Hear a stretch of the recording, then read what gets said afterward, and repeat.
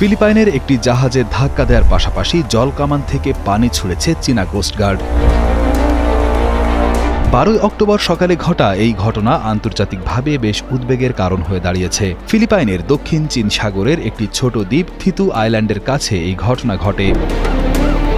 ফিলিপাইনের কোস্টগার্ড জানিয়েছে তারা 3টি জাহাজ সেখানে পাঠিয়েছিল স্থানীয় জেলেদের নিরাপত্তা দিতে। সকাল 9টা 15 চীনের কোস্টগার্ডের একটি জাহাজ হঠাৎ করে ফিলিপাইনের জাহাজটিকে লক্ষ্য করে জলকামান থেকে পানি ছোড়ে এবং মাত্র 3 মিনিট পর সেটিকে পেছন থেকে ধাক্কা দেয়। এতে জাহাজের কিছু অংশ ক্ষতিগ্রস্ত হলেও কেউ আহত হয়নি।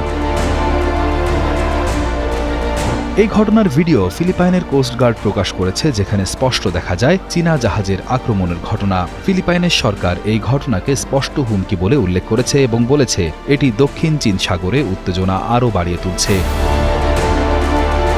দক্ষিণ চীন সাগর একটি গুরুত্বপূর্ণ জলপথ, যেখানে বছরে প্রায় 3 ট্রিলিয়ন মার্কিন ডলার বা প্রায় 332 লক্ষ কোটি টাকা মূল্যের পণ্য পরিবহন হয়। এই সাগরের বিভিন্ন অংশ দাবি করে চীন, কিন্তু আন্তর্জাতিক আদালত বলছে চীনের এই দাবি আইনি ভিত্তিহীন। এই সাগরের কিছু অংশ ফিলিপাইন, ভিয়েতনাম, মালয়েশিয়া, ব্রুনেই এবং ইন্দোনেশিয়াও দাবি করে।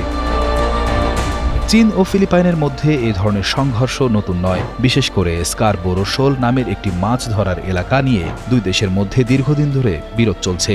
ফিলিপাইন বলছে তারা জেলেদের রক্ষা করতে এই দ্বীপে উপস্থিত ছিল, কিন্তু চীন বারবার তাদেরকে বাধা দিচ্ছে। চীনা দূতাবাস এখনও এই বিষয়ে কোনো মন্তব্য করেনি, তবে ফিলিপাইন জানিয়েছে তারা এই অঞ্চলে তাদের উপস্থিতি বজায় রাখবে এবং স্থানীয় জেলেদের নিরাপত্তা দিতে থাকবে।